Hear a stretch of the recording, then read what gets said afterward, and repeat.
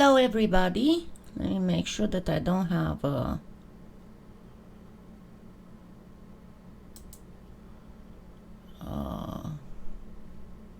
volume up anywhere. No, I don't. Hello. Yes, Donna, I'm good. Hi, Ermi. Hi, Sharon. Hi, Judy. I'm a little tired, of course, because I've been celebrating all day and I've been cooking and doing stuff. And I can tell you that my artichoke and spinach dip had a lot of success. There's barely any left. And there was this huge thing. Hi, Janice. And everybody asked me what was the secret. Well, I can tell you that the secret for an excellent artichoke dip is heavy whipping cream. Hi, Lily. Hi, Ida. You are also a cancer survivor. Congratulations. Hi, Ellen. So, as I asked, if you remember, I asked a few, I don't know, was it a week? Let me see. When did I ask that? On the community tab on my channel. Let me get there. So I asked 3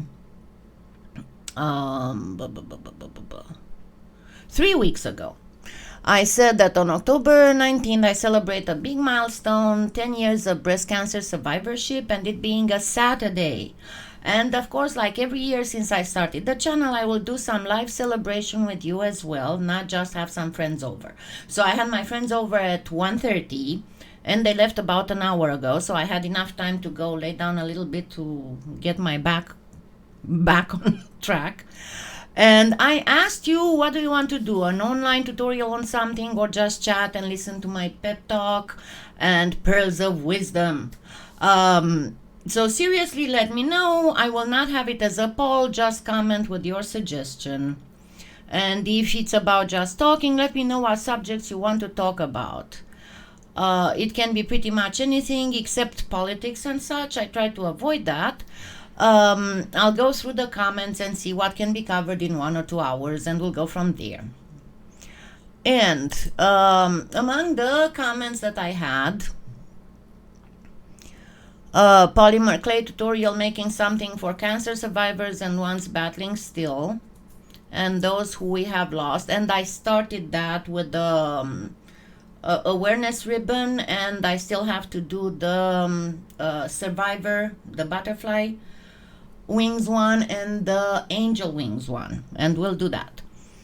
Then Aurora said 5 years for her, and congratulations, and many more years. Teresa wanted pearls of wisdom. Pamela wants me to share my favorite memories as an artist and those favorites as an educator.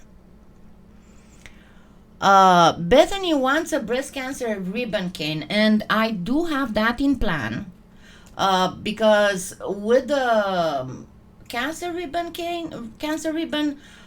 I'll show it with pink probably, but you can do it in any other color, and I will explain that. And I'll say in a minute why I wasn't able to do much this week. Susan wants me to do a piece that shows my milestone in polymer clay. Well, I'll tell you about that. Dawn is also 10 years in October. Yay! Rachel wants me to make a special survivorship piece for myself, and again, that's connected to the one above. Jerry Bean Angel said that she agrees with the previous and congratulations. Martha wants to do how about polymer clay on cancer survivors. Not entirely sure I understand. I'll try to figure out. And Bethany thanks me for sharing the journey, and just posted a lot of beautiful things. Kimba, congratulations. She doesn't mind if I do a tutorial or just a pep talk. Stella, congratulations. Rosie, congratulations. And Mary, thank God for polymer clay. And yes, it's thank God for polymer clay. So, okay, I don't need this anymore. So let me see what happened in the chat. Okay, thank you, Donna. Hi, Ellen. Hi, Christy. Hi, Janice. Hi, Ida again. Silver and Jennifer and Susan. What video were you watching? Okay, so let's get back to the piece about survivorship. Well, I've had for quite a few years in mind, and I so hope to be able to do it one day, because remember, I kind of stopped doing art dolls when my hands started messing up. But my breast cancer survivor, I wanted to do a piece with an Amazon. And probably many of you know that the Amazons were cutting off a breast so they could use a bow properly, because when you do the bow thing, when you let it go, it kind of twangs your boob here, and it hurts, trust me. So they were cutting off the right breast, and my idea was to make an Amazon, with the scar. Hi, Rita. Wow, 14. Awesome. Hi, Tia Lisa. So yeah, hopefully I'll be able to, I hope one day I'll be able to sculpt that one, with a defiant attitude. But the thing with the cane, as I said, I'm going to do a cane with the cancer ribbon, awareness ribbon, that you can do in any other color you want. Why I wasn't able to do much this past week was because I had 3 doctor's appointments. And whenever I have a doctor's appointment, that day is kind of gone for me. The luck was that they were all around 1 o'clock, 1:15, 1:30. So I still was able to do something in the morning. But by the time I was back, it was gone. And then, because it was Monday, Wednesday, and Thursday. And then also Wednesday, on my way back from the doctor, I stopped at the pharmacy to get my refills, and I also got the flu shot. So you can imagine that the next day after I finished the last doctor's appointment, I was completely. Hi, Rita. Oh, no, I said hi, Rita. I'm sorry, I'm tired. Hi, Francis. I knew that there was somebody. And I have Seamus here. What do you want? May I? Seamus is one of those cats that comes to you and wants to get pet, but the moment you go towards him, he will run away. And then he flops, like, on the floor, like 3 yards away from you, and waits for you to come to him. Okay, so yes, I have almost finished the bloody earrings, and hopefully I will finish it up tomorrow morning. But I'm not going to upload it tomorrow because tomorrow we have a live, so that's a video there. They came up beautifully. All I need to do is to just put the finding. Let me see, I don't know if you can see it. It's a sugar skull, and it's got rhinestones and like blood coming from the top of it. And you'll see it's very easy to make. And then I have a few more things that I'm working on. Yes, he's playing tag like that. during all the celebration, poor Whisper had an accident because there were so many people in his way towards the back door that he just couldn't hold it anymore. Poor little guy. So I was busy cleaning the floor. Oh well, it happens, you know. But yes, he left. He saw that I'm not coming after him. But let's talk a little bit about, because what I thought about talking, and you've heard me talking about that before, and amazingly, in the last few years, there have come out quite a bit of the end reports of quite a bit of studies, all dealing with the power of creation when you have a serious illness, and the power of creation for people suffering of depression. Now, as I said before, and I said it like 2.5 years ago, I don't know if you guys remember, I had there was not a challenge, but it was kind of passed on from one creator to the other, would celebrate compassion. Let me try and find it. And I talked about it.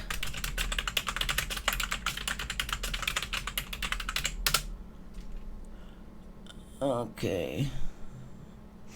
And I talked about it at the time, and I talked about the power of nurturing and creation, how much it affects ourselves, okay? Because when you want to destroy somebody, taking away their health, taking away their wealth, taking away their family, taking away their, doesn't matter as much as it matters taking away their purpose. And the people who are very depressed, and the people who are very unhappy, are people who do not have a purpose. And I know it is very, very hard in our society to be able to work, I mean, your work and what you love to do to be one and the same. And I've been there, and as I said many times before, yes, I did go to art school, yes, I participate to exhibitions, I did all that, but I don't know how to say, it's a little bit of a separation, if you want, in my life. And that is until I was 28, and from 28 onward. And why is that? Because until I was 28 and a half, almost 3 months before getting 29, I lived in a communist society. Hi, Chris. Good night. And it wasn't really communism. It was kind of like a mixture between socialism and communism. But the thing is that is the type of society that clips everybody's wings. Because on one hand, you have that principle of trying to equalize everybody. That's on one hand. But on the other hand, even if it is everybody's equal and all that, see, I'm making a small deviation. Communism in itself is an utopia. It might lead to the perfect society. Unfortunately, communism works only in societies of like bees or ants, not in humans, because humans have not evolved on that path. And even if they tried to do this, everybody's equal, everybody's like blah blah blah. No, not everybody was equal. You had a lot of nepotism going on. Um, Definitely the comrade so and so, who was the party secretary for the neighborhood, would always be preferred in an art contest versus a regular child. So, and the same was going, for getting a good job, for doing this, for doing that. So, and don't get me wrong, I mean, I said that communism is an utopia and might be the perfect society, but by no means am I praising it. Not at all. On the contrary. Communism is the murder of dreams. I don't know how to explain it otherwise. So, anyway, even if I was talented, even if I worked a lot on my art, towards 21, 22 years old, I kind of put it on the back burner because I knew that no matter what I would do, I would at best get second place, because I was no party member. My parents were not big party members or anything like that. So that kind of, it's why even bother if you're not going to be appreciated. But after the anti-communist revolution, again, I did very sporadically do art, and that was for the simple fact that finally my time had come to get a good career and to be recognized for my other qualities, because as you heard me saying quite a few times, I've always been crazy about knowledge. And I wanted to know as much as I could about everything. I'm sorry, there's a little bit of allergy going on in my neighborhood. And I've been playing with computers since computers were as big as my house and worked with punch cards. The first time I saw a computer, I was 14 years old in 1975. I always had a very good head for administrative, logistics, you name it. So finally, when the anti-communist revolution happened and the West started to come to Romania, I was able to finally get, on a career track that managed to go up and up and up, but did not leave me a lot of time for art. Then back in 99, I met my ex-husband and we got married, and I moved here. And I moved here because he was a DOD civilian working for the Air Force, and he didn't speak a grain of Romanian, and I was speaking English. And it would have been way much easier for me to find something to do here than for him to find something to do there.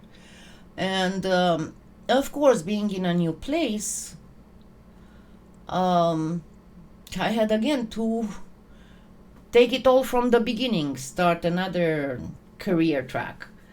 And I did do some art. I mean, don't think that in all this time I did not do any kind of art. Yes, I did, but that was not the breadwinning activity. It was always somewhere on the back burner. Amazingly, after I was diagnosed with breast cancer and I started cancer treatment, that's when finally I had time to get into art more seriously. Even if before that, yes, I did do art. I did participate to exhibitions. I remember that back in 2003, my ex got moved from Tinker Air Force Base here in Oklahoma City to Laughlin Air Force Base in Del Rio, Texas. And I couldn't get a job there. I mean, not because I couldn't get a job, because I had plenty of opportunities to get a job.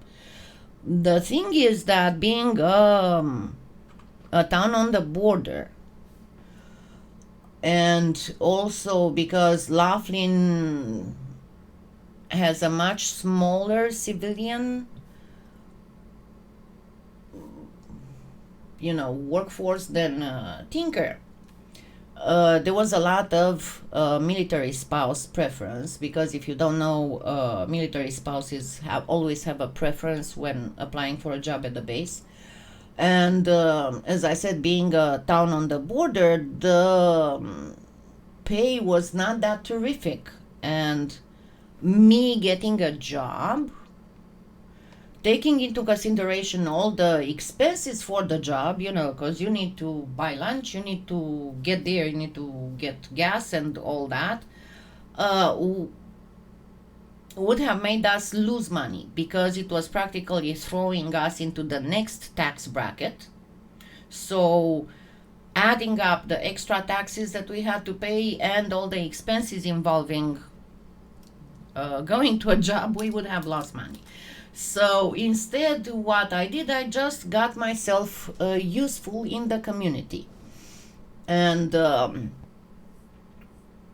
I did a few things with volunteering. I'm in Oklahoma City now, Rita, in the United States. Because I was part of the Command Spouses group, so I did some volunteering with the airmen there and all that. But I went more for the community center, and I started giving some art lessons in summer to kids, and not only kids. I know that it was funny. The first time I went to a salon, because I needed to cut my hair, and you know how you start talking, and I am very extrovert in this. I always talk to people, and I always make new friends. And somehow we started, I was explaining to her that I don't have a lot of stuff to do because this. So I started gardening, I started painting again, and she was like, "Oh, you know how to paint?" I was like, "Yeah. Will you teach me?" "Sure." I have some friends who want to, and so for quite a good number of months, I was going twice a week to that salon in the back room. There were like 5 ladies, and I was teaching them how to do oil painting, and it was a nice thing. And then after I came back to Oklahoma City and I divorced my husband, of course it was again a matter of surviving. And you all know very well that if you want to make a living out of art, it takes a while. And it takes a while of you being on it, on and on and on and on. And for that, you need some kind of basic needs coverage. And I didn't have that. So, of course, I had to work. And that didn't leave a lot of time for art. And as I said, only when I got diagnosed with breast cancer, I was able to start again doing art full time. Hi, Gail. So it was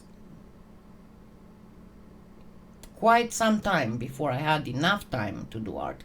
Otherwise, I would do things. I was going quite a bit to sell at local venues. I don't do that. I haven't been doing that in quite a while because I cannot physically do it anymore. The last time I went to a venue was in, let me try and remember, 2014, April 2014, at the local Renaissance Fair, medieval fair. And don't get me wrong, it wasn't bad. That fair is a very expensive fair to participate. You know, the participation fees are quite high. And not only that, but I had to actually rent a tent because I had a tent, but I couldn't bring it and put it up by myself.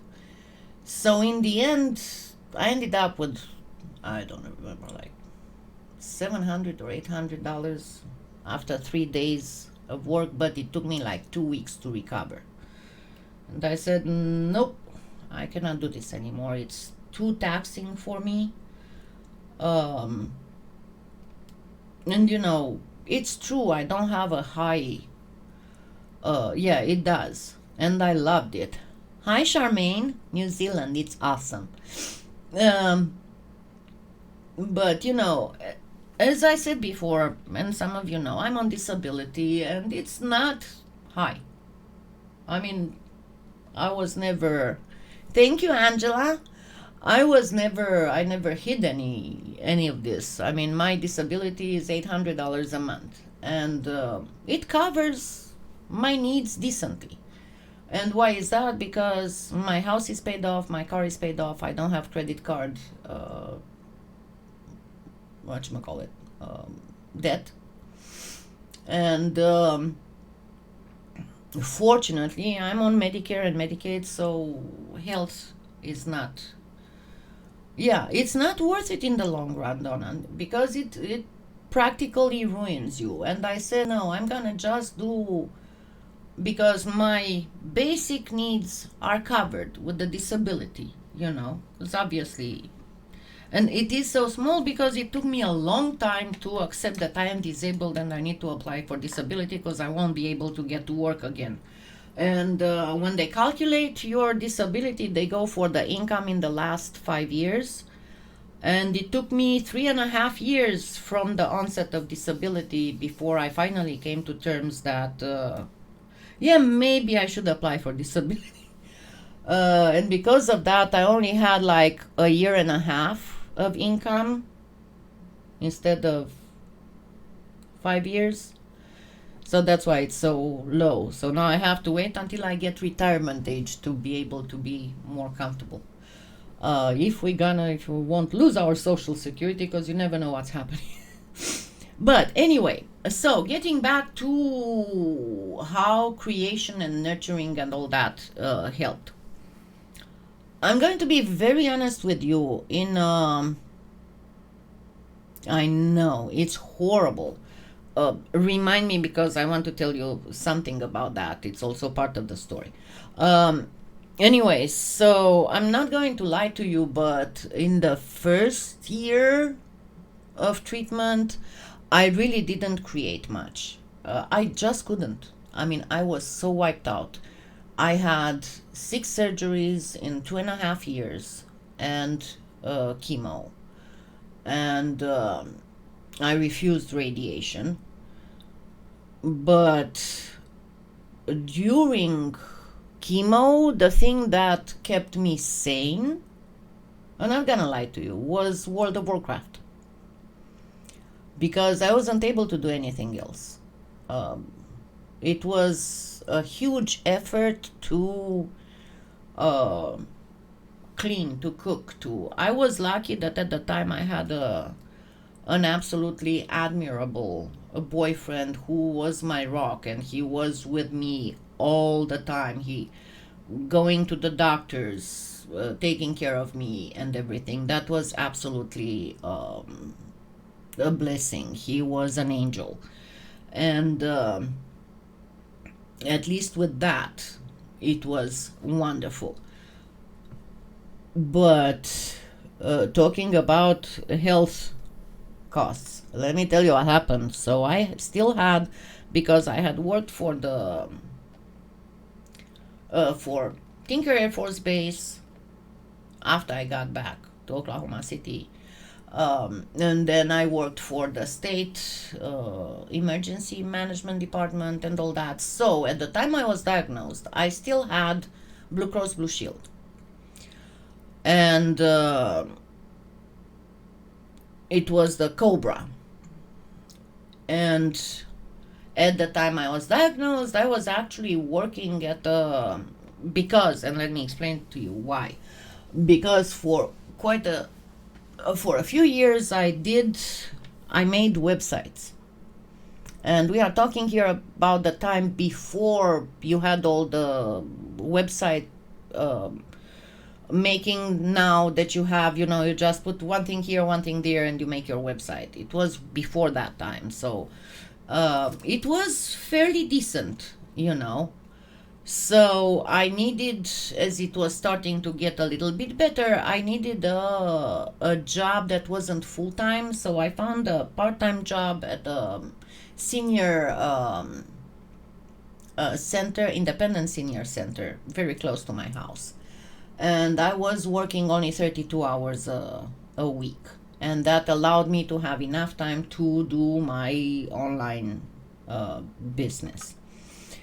So I got diagnosed, and surprise, surprise, of course, suddenly my job position was not needed anymore. And then you can imagine that going through surgeries, hi Cindy, going through surgeries and all that, I wasn't really able to do any more online websites and all that. And my insurance premium was $430 a month. So I had the first surgery with the bilateral mastectomy and breast reconstruction all in one. It was a surgery that lasted a little bit over 11 hours. And then a month later, I had to have another surgery because I got seromas and some infection, and anyway, emergency surgery. And then after I healed from all the surgeries, I was supposed to get to start chemo. And the copay for each treatment, I was supposed to have 4 treatments. The copay for each treatment, I still remember the figures, was $781 on top of the $431 premium. I couldn't afford it. And fortunately, as I was calling, because I started calling left and right, because there's a lot of financial aid, I started calling left and right to find help, financial help. And I called on the list that I had, because I searched all over the internet and everything. And on the list, I found that actually the Oklahoma Department of Health had a special program for breast cancer patients on low income. And because remember, at this point I didn't have a job anymore. And I went ahead, I applied, I was immediately approved for it. The problem was that in order to get on the Sooner Care, that's the Medicaid, I had to give up the Blue Cross Blue Shield. And I needed a letter from them. So all this happened in the the end of January. Thank you, Susan. And so for me to start chemo treatment, I had to have the paper from Blue Cross Blue Shield that said, Miss Dayburn doesn't have a health insurance with us anymore, so they can put me on the Medicaid. And I'm waiting, and I'm waiting, and I'm waiting, and I'm calling, and it is hard to explain to you. So at that point, I had the tumor taken out, right, because they did the mastectomy. But there's always the scare that maybe not all of it was taken out. Maybe there are some cells that still left, because the problem with breast tissue is that it's not just in the breast area. It can be all the way here. There have been people, they found breast tissue on the sole of their foot. So in the back of your mind is, okay, there must be some cell somewhere that escaped the surgery, and now it started growing. And I couldn't start chemo because I didn't have the paper. It took 2 months for me to finally get the paper. And it didn't happen until I started actually raising big waves. And finally, I found a lady who was very, very nice and very kind, and she promised me, ma'am, I am sending the letter out right now. You will get it tomorrow. And I did get it tomorrow. And as soon as I got it, I just jumped in the car and I went to the Department of Health, and they gave me a temporary card. And within 45 minutes, I had the appointment for my first chemo treatment. But it was horrible. Anyway, so while I was going through chemo, as I said, World of Warcraft helped me to stay sane. And actually, let me share something with you. Let me get this. Okay. I have an album that's only for friends on Facebook. And these are photos from my chemo treatment. I did take photos every month. They are a month distance. So this was right after I finished in August 2010. And then September, at one point I looked like a baby elephant, because see how I have this little, like a mohawk here. And I had like 7 or 8 cowlicks. So my hair was going all over the place. And my original hair is like dishwater blonde. When my hair started growing, I had an inverse skunk thing.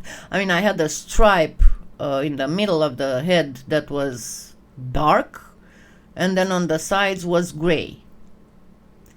And as I said, when it started growing, it was going all over the place.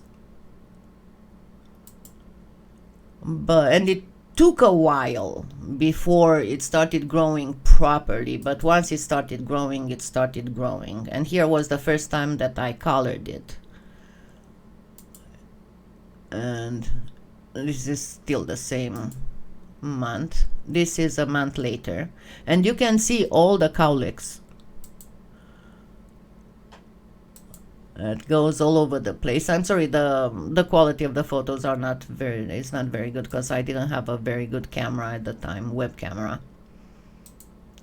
But see, finally in April it starts looking more humanely. So this was May, a year after I had started chemo, because I started in May. And finally, a year after I finished chemo, it was looking normal. Finally. So, yeah, let me see what I...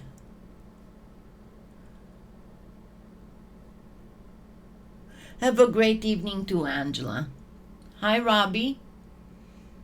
Yes, gaming is cathartic, and the thing is that it makes you forget about all the stuff you're going through, and that way you're less stressed.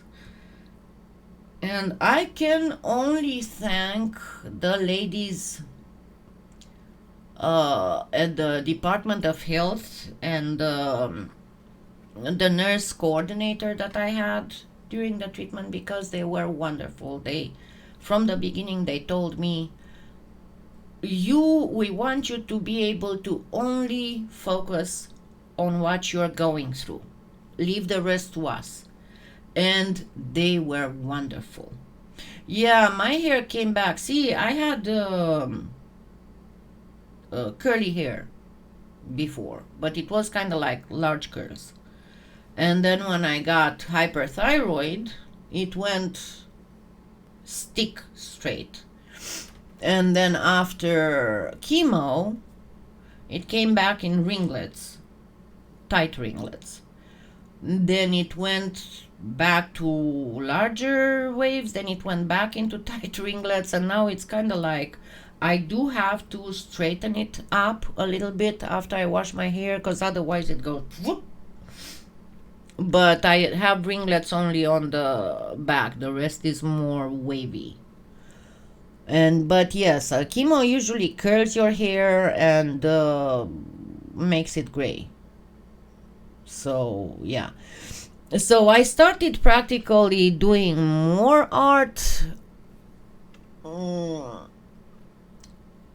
actually while I was doing chemo, but I didn't do a lot, I just couldn't focus properly. And that was the time when I started again on polymer clay, and you probably heard me talking about it, because I didn't have a lot of money, and I had $10 that I said I was going to use to start. And I went and I got 3 packs of Premo and a small Perlex, a green small Perlex. And then I started making stuff. I still had, of course, I had acrylics and other stuff around the house, because I still had all my painting supplies. But I started making little things, and then I sold them, and then with the money I bought more supplies, and then I made more things, and then I sold them. But the first piece I sculpted, at the time I was still making art dolls.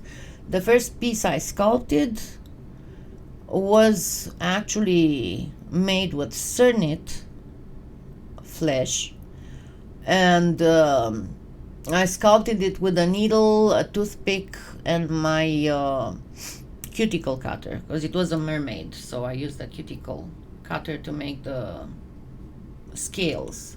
Remember, I showed you in that tutorial on a dragon eye pendant.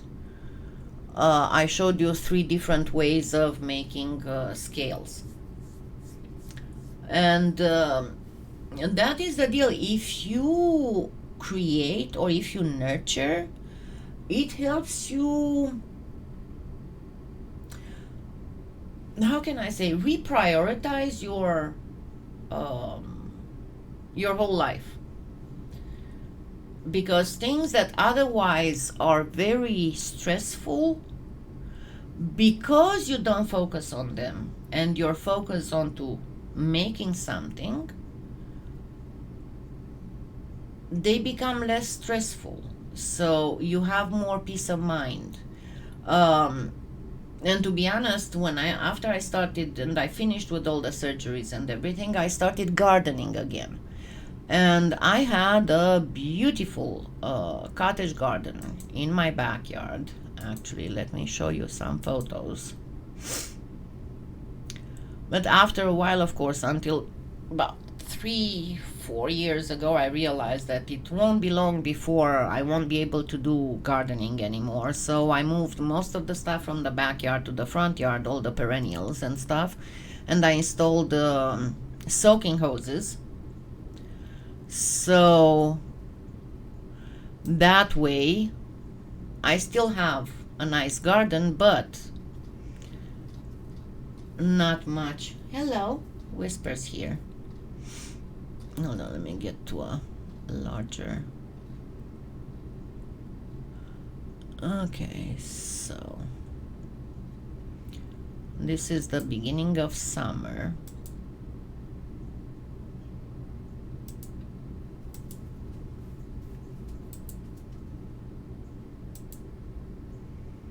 And as you can see, cottage garden, why I say I had a cottage garden, because I had vegetables, I had fruits, I had herbs, and I had flowers all over the garden. And these are all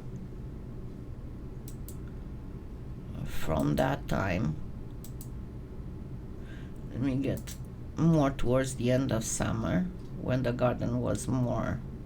But I still have close to 100 lily bulbs all over the front and some in the back still. And there you can start seeing how everything got nicer and bigger. And as I said, I was there, so this is in 2014. And this was my pergola for cucumbers and morning glories. And people could not believe that I had a cottage garden in the middle of Oklahoma, you know, but it was beautiful. So nurturing, taking care of stuff is as good, you can see whisper here, is as good as creating. So I was kind of in between. I was doing some art, and then I was doing some garden. These are indigo tomatoes, cherry tomatoes, and I had all kinds of basil for a long time. I've been doing my own pesto, and I had seeds from heirlooms from Europe mostly, but it was wonderful. You see white eggplants and purple shiso. It was beautiful. This is elderberry. And I was gardening with green, you know, with beneficial insects. I never used any kind of chemicals. I was only using a natural fertilizers. These are pole beans. And you can see there are flowers everywhere. It was great. Unfortunately, I couldn't do it anymore. Give me just a minute. I need to go check on Whisper to make sure he doesn't want to go outside. You need to go pee? Let's go.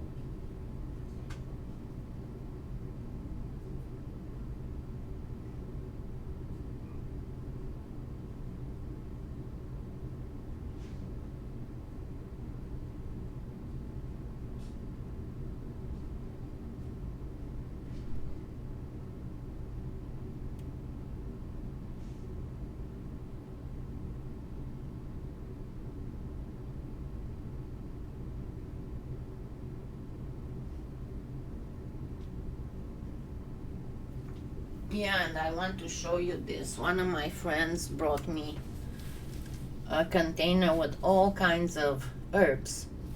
See? Let me go put it back there.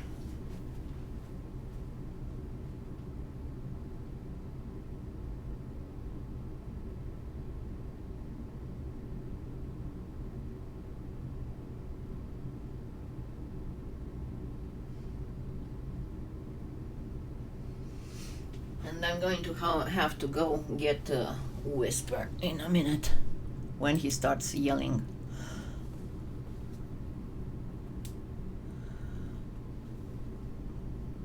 Yeah, so to get back on track, now there's a lot that's going on when you have an illness like this, and for one, it's while you're going through it, because yes, and as who said it? Let me see. Rita said, yeah, that it turns your world upside down. Yeah, it is. It turns your whole world upside down. You don't know where to go. You know, everything is shaken. Everything that you, because why? Because you consider your body is yourself, and it betrays you. Hi, Pamela. So the thing, it's, you know, like being all of a sudden thrown in a big earthquake. The thing that you thought was the base, the rock of your life, suddenly is a sandcastle. And then there's a lot of stuff going on. Unfortunately, this type of diagnosis turns upside down your world also in another way, because that is when you discover how people really are. People you thought were your best friends suddenly disappear, and people you thought were just mere acquaintances suddenly are there for you, and it's really something. Then the other thing that you need to deal with and to start learning how to deal with is ableism, because that's when you start being faced with it, especially by the friends who suddenly are not there anymore. And I don't know how to tell you, you get through a period of being really sensitive. I mean, your friends and your group and your acquaintance group and everything. For them, the life goes on as normal, and suddenly you're thrown into this nightmare land in which it's like life normally goes on around you, and it's like you're in a bubble that nobody can hear or see. And hold on, whispers barking.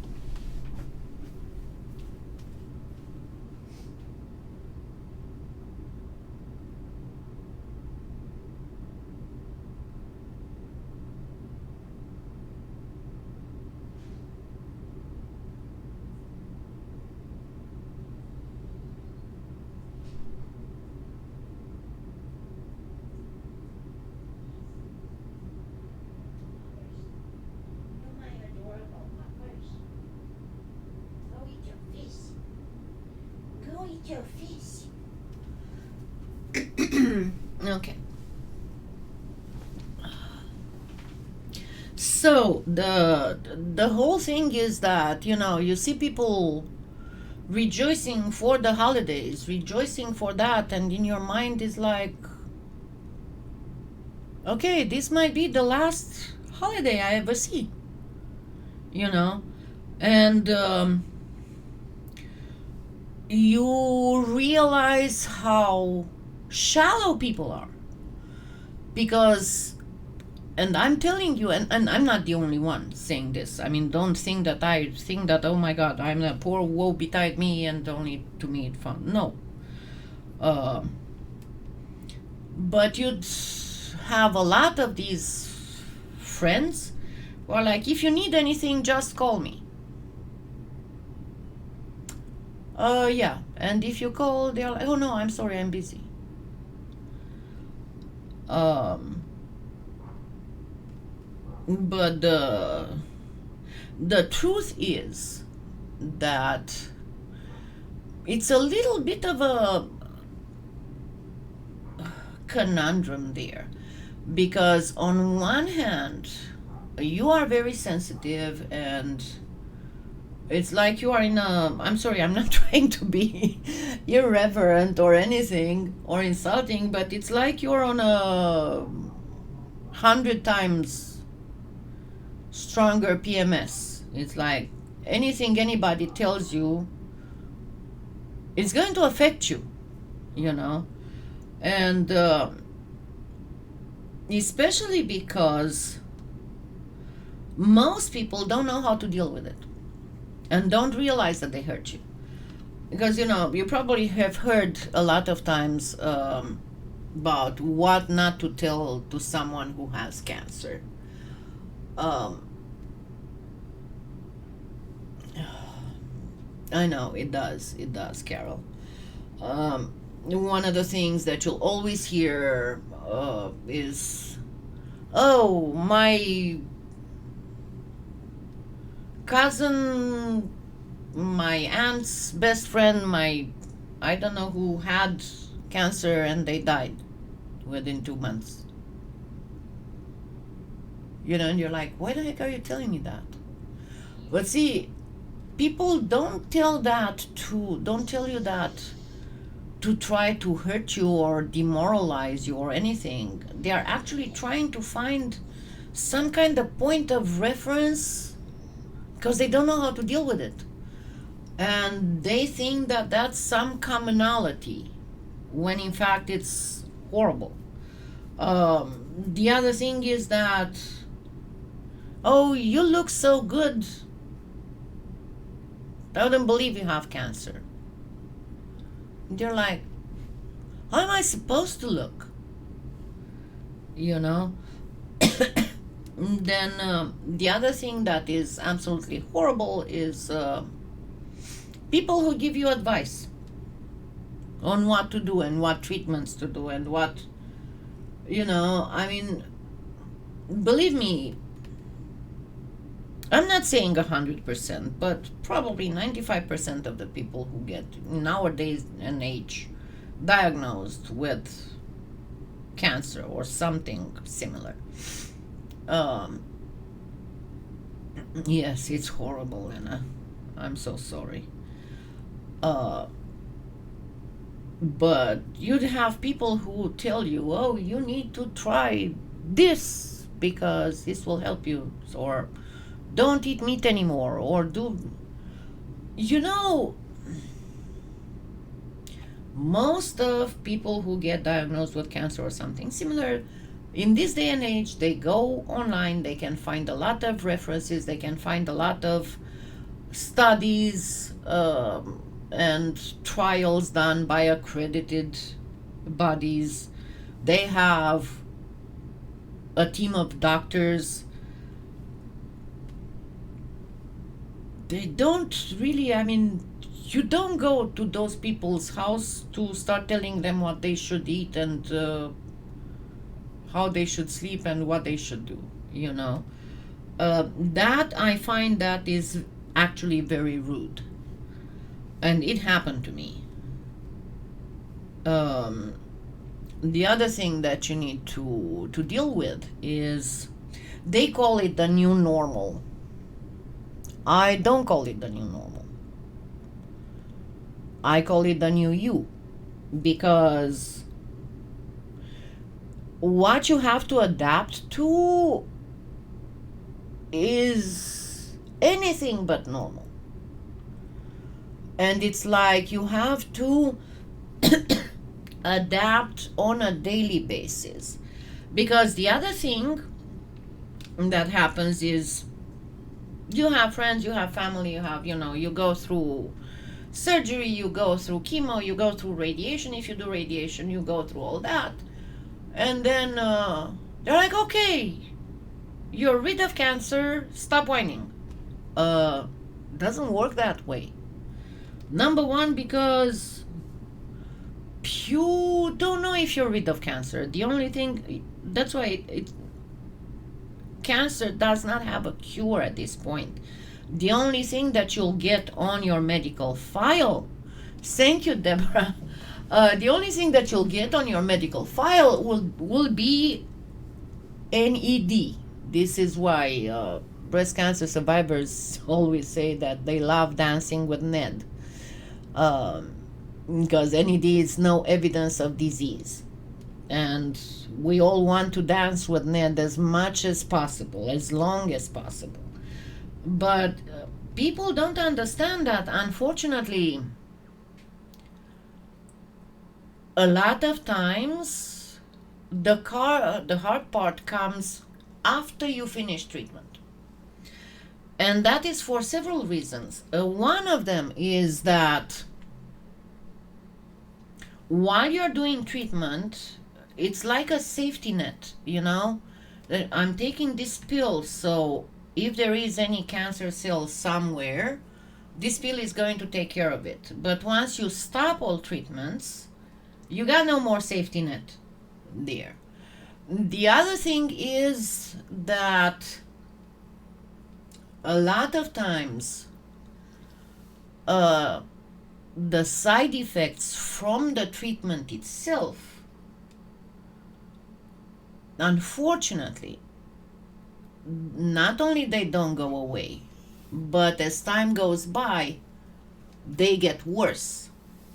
And to give you an example, when I had the breast reconstruction with the latissimus dorsi, and let me actually find some, let me check Whisper's water. I am so sorry. Hold on. He wants something and he's suffering here.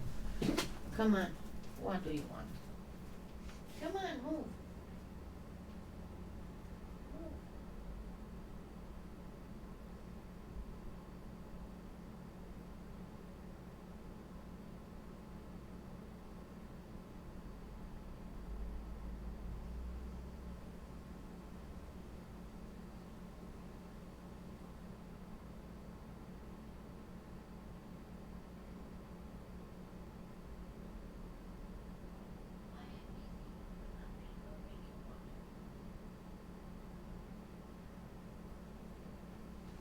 Yeah, I guess the cats drank his water. Ugh. Okay, where was I? Yes, it does. It does change a lot. Give me just a minute. Let me.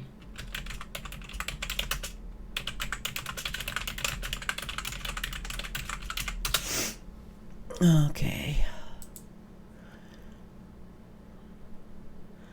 So the way that the latissimus dorsi breast reconstruction works, let me switch again to the display.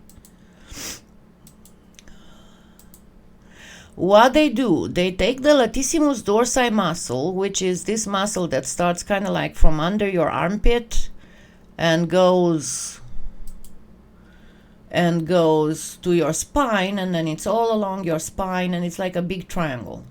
And then they cut it, they lift it, they tunnel it under the arm, and they bring it in the front to cover an implant. See, like here you can see better the way it looks. And sometimes they do use a flap of skin as well, especially when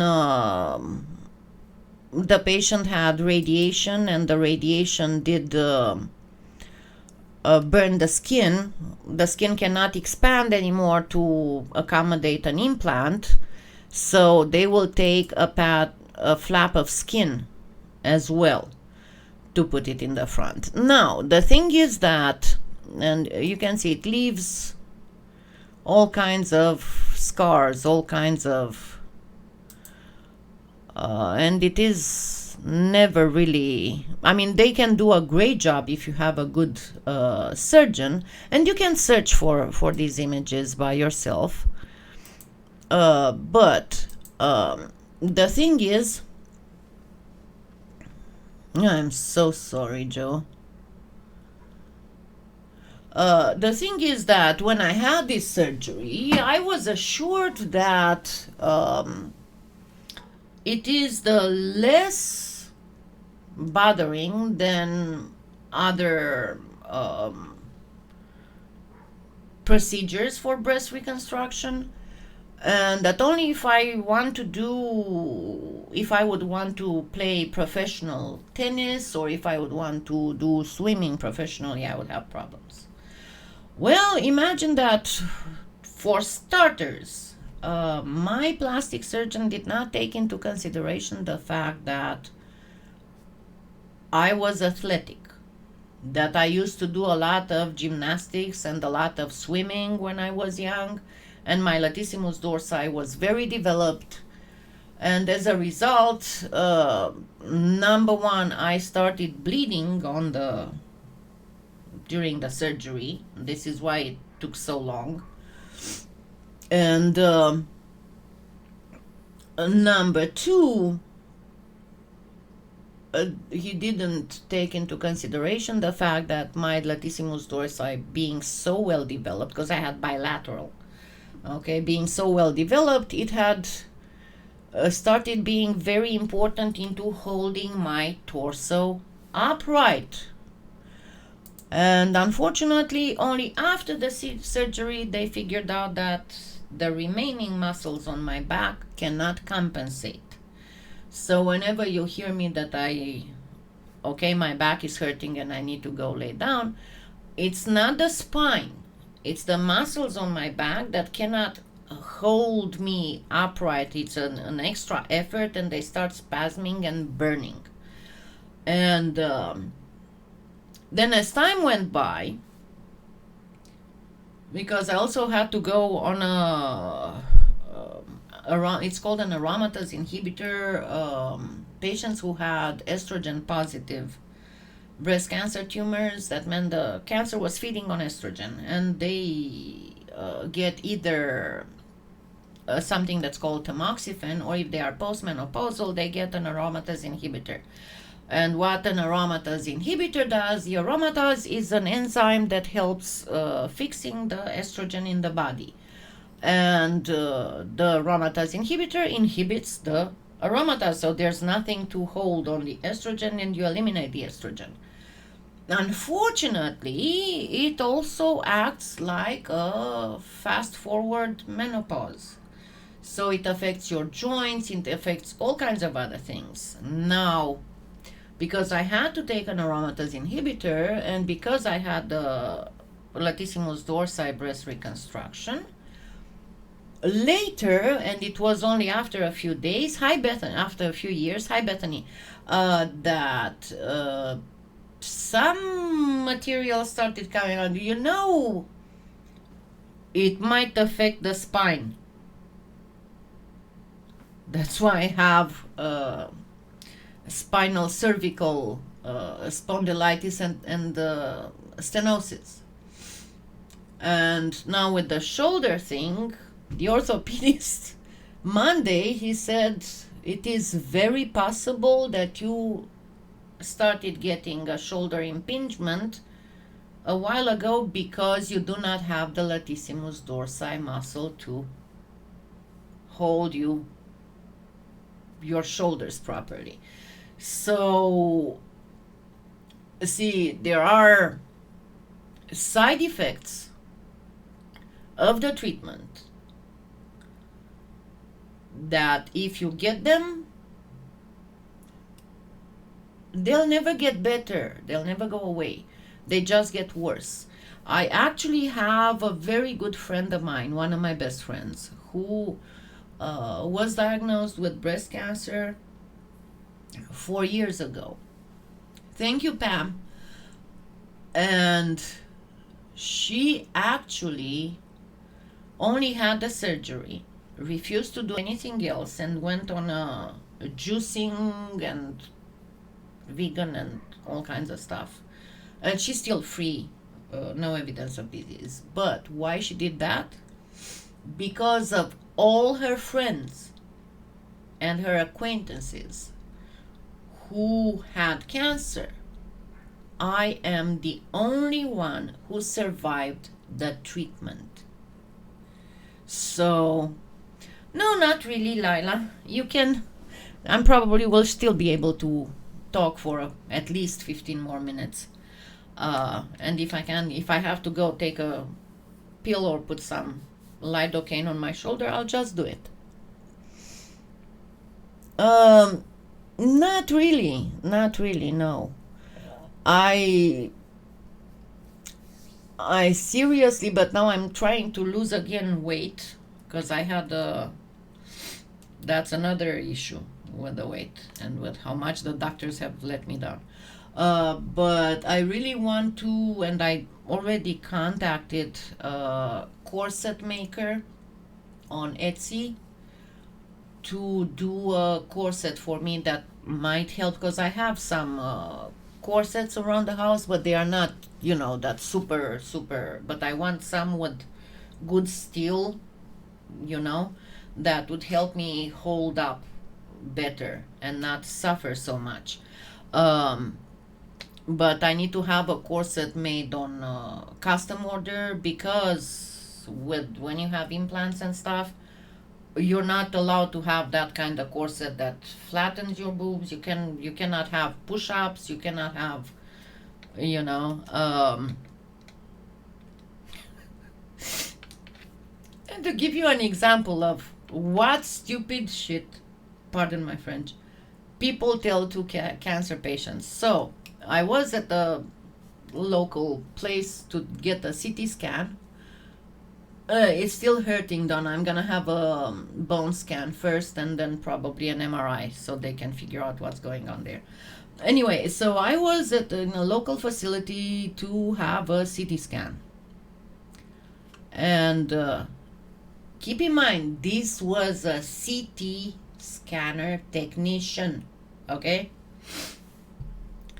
And you know how they take you in the back and you need to change and they give you a locker and everything. And she's like, don't forget to take off your bra. And I say, I'm not wearing a bra. I have an internal bra.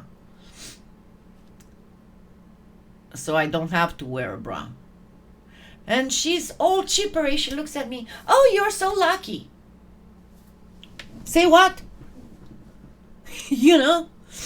Yes, if I could go back, I would not have the reconstruction. Unfortunately, it is not a reversible surgery. Unfortunately. I know a lady who actually had went and removed completely the reconstruction, of course, including the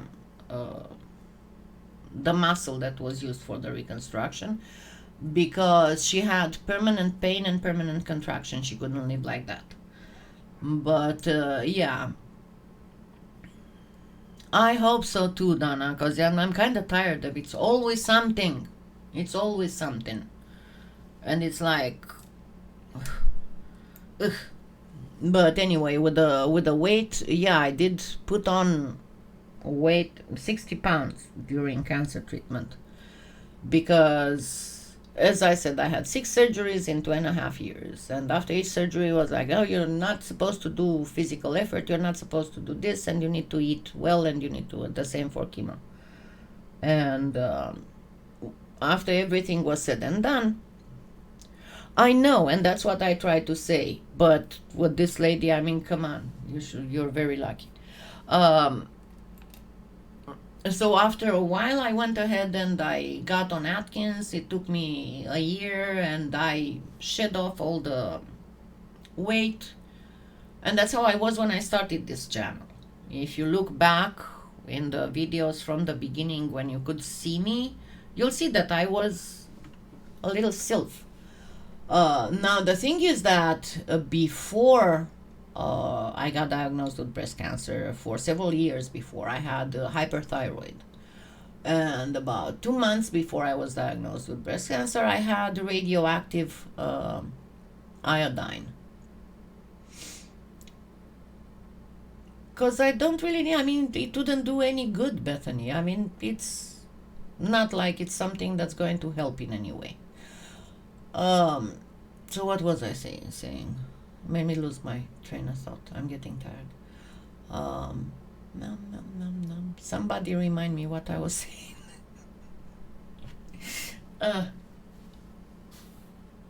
That. See, that's chemo brain. That even after years and years and years. Oh yeah, I was talking about losing weight. Yeah.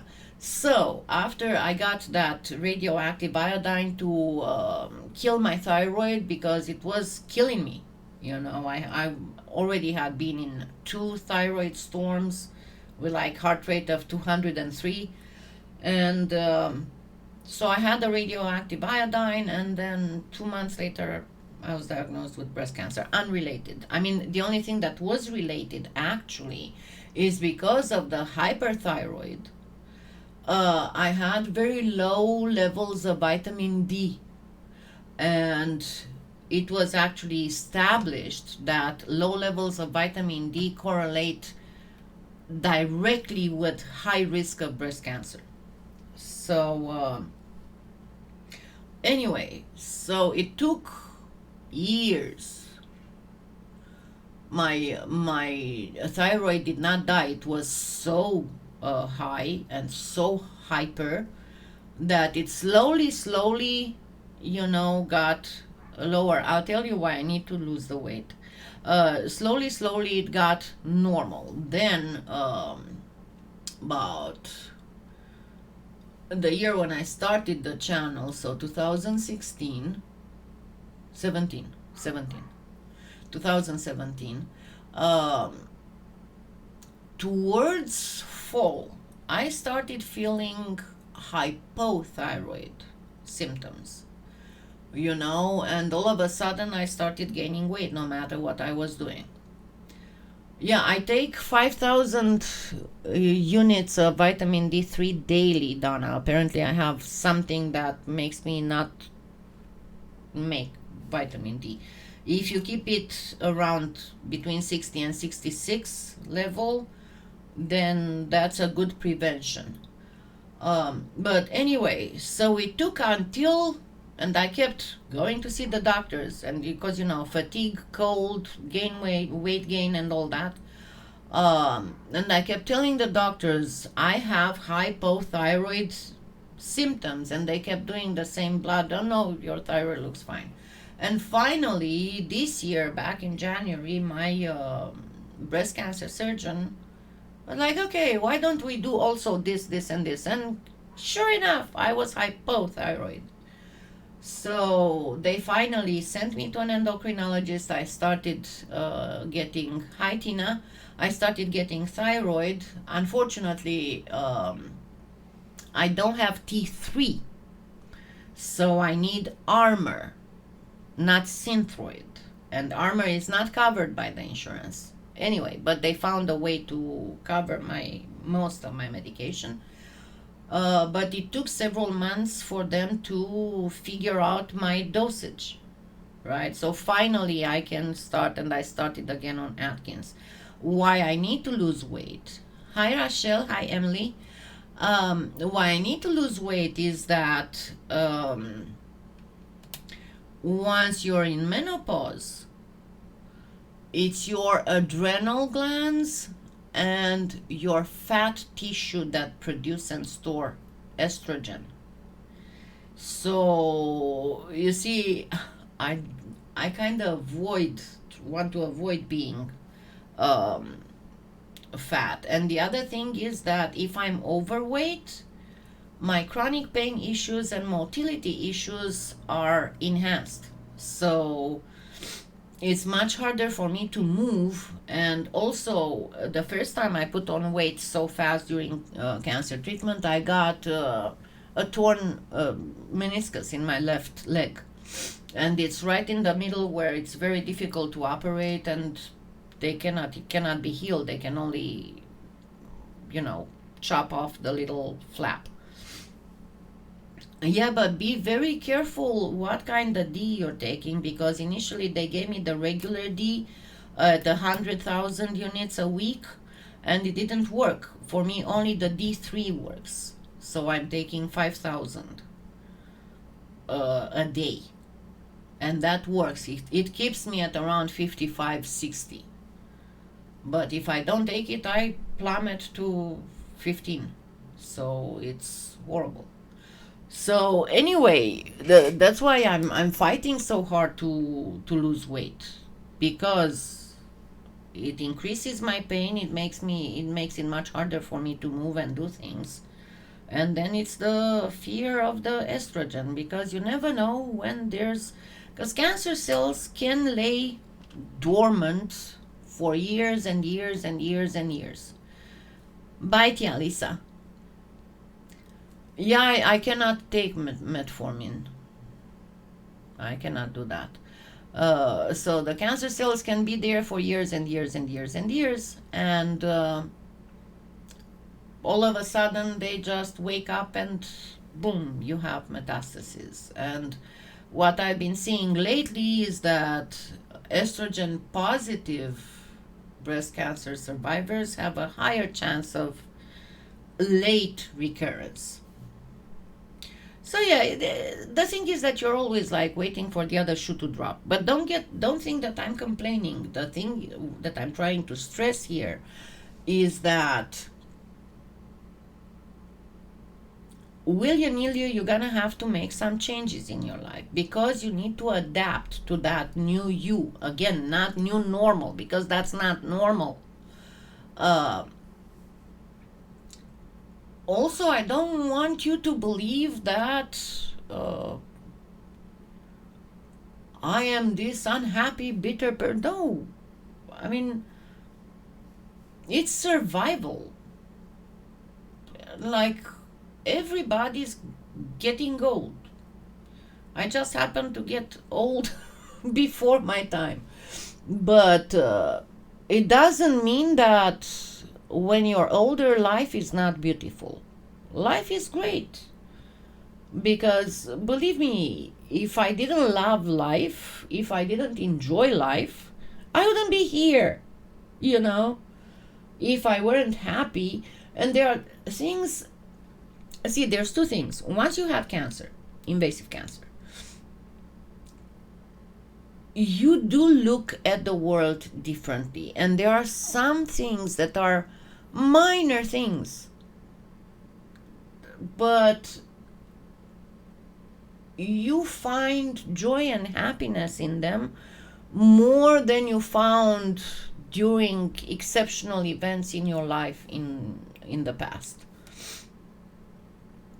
Yeah, it can be done, and it's better, especially when you're past 40, it's better to do it slowly, because otherwise you start getting all kinds of hanging skin. Yep, any day you wake up on the green side of the turf is a good day. But the thing that I'm trying to say, to give you an example, you have no idea how much joy and happiness it brings me. Let's say, not when I wake up, because I wake up very early. I usually wake up between 4 and 4:30 in the morning. But if I would go lay down in bed with a book sometime in the morning or in the afternoon or something, and then I have my pets coming in bed with me, and the sun is shining outside, and I can hear the birds singing, and it's all so peaceful and calm and serene, and it just makes me feel so happy, or just opening my front door and seeing my flowers. I don't know, it's like everything is brighter no matter what. And on the other hand, you know me already, the ones of you who have followed me for a while, you know that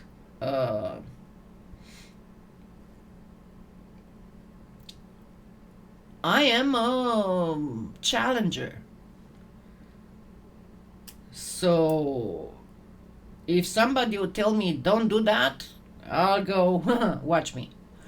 And it's like every day that I live, every day that I wake up, it's like in your face, for anything and everything that try to bring me down.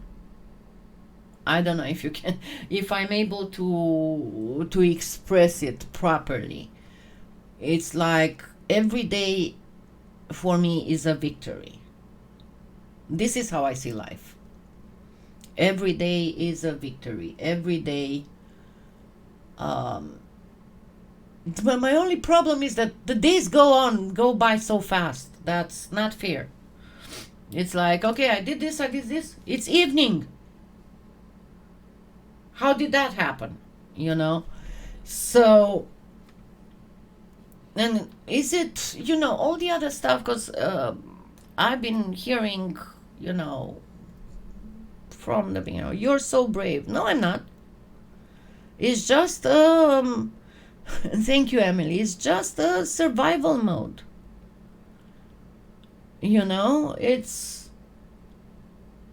I'm here and I'm now. There are so many people, and unfortunately I saw that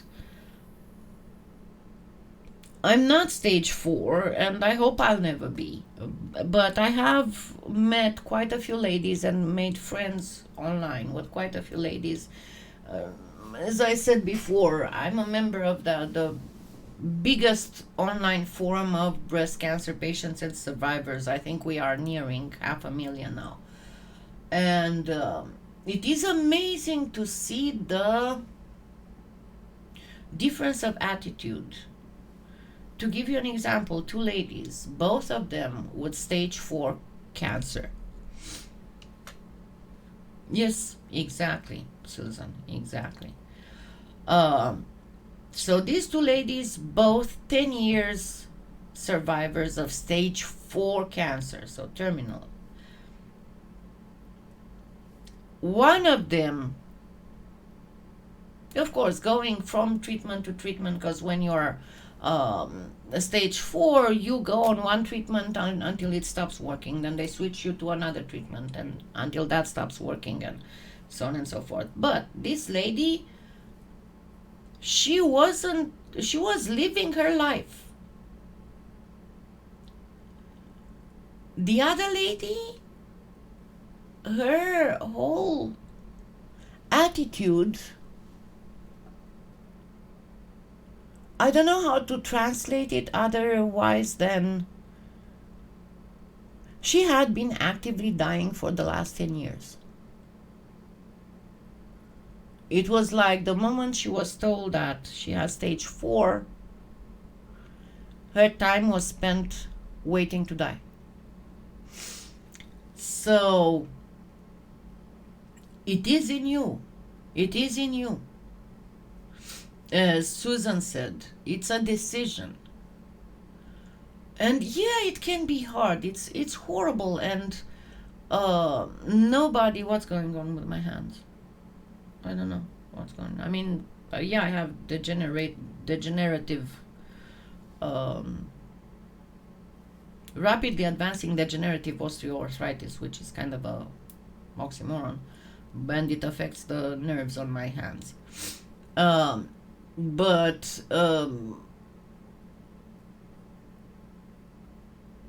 no, she didn't live. She was dying. So you decide, and it's hard. It's very hard. And to be very honest, I'm going to be very, very, very honest with you.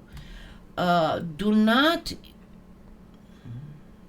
when you have this kind of diagnostic, one thing that you must never do is to expect someone else who hasn't gone through this to understand it, because only somebody who went through the same thing can understand. And actually, that is not valid only about cancer, it's valid about everything.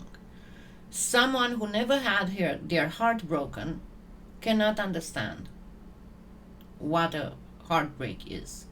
Someone who was never betrayed cannot understand. Someone who never had a surgery or a certain pain, or someone who, when I did not have chronic pain, I could not understand chronic pain, because I have a very high pain tolerance, but it's so different when it is an acute pain that you know it's going to hurt like hell, but it's going to hurt for this amount of time, and then it's going to you're funny. But the cancer, the chronic pain is there all the time, and it might not be as horrible as the acute pain, but just because it's there all the time and never goes away, it starts wearing you out. The other thing that I could never understand was fatigue, because all my life I was as I said, I was able to multitask 7 or 8 things at the same time without error. And now I'm happy if I can take this from point A to point B without forgetting what I was doing. But yeah, even if somebody, I was looking at one point for a bed, and somebody was trying for a mattress. Somebody was trying to, this mattress comes with a 20-year warranty. And dude, I don't care. I might not live 20 years. Why would I care? I mean, I want a mattress. Stop trying to oversell me. Yeah, so, but Lila's really funny. So anyway, I've been in this chair for an hour and a half, and I was busy all morning preparing stuff and cleaning the kitchen and doing all kinds of things, and my Amazon parcel has arrived. So I'll see you all tomorrow. Remember, at 12:30 Central tomorrow, we make Hawaii Halloween beads, and we're gonna make little ghosts and little pumpkins and little kitties and all kinds of stuff. So thank you for being here with me tonight and celebrating with me 10 years. Yay! And I love you all, and I will see you all tomorrow. Have a wonderful, wonderful evening.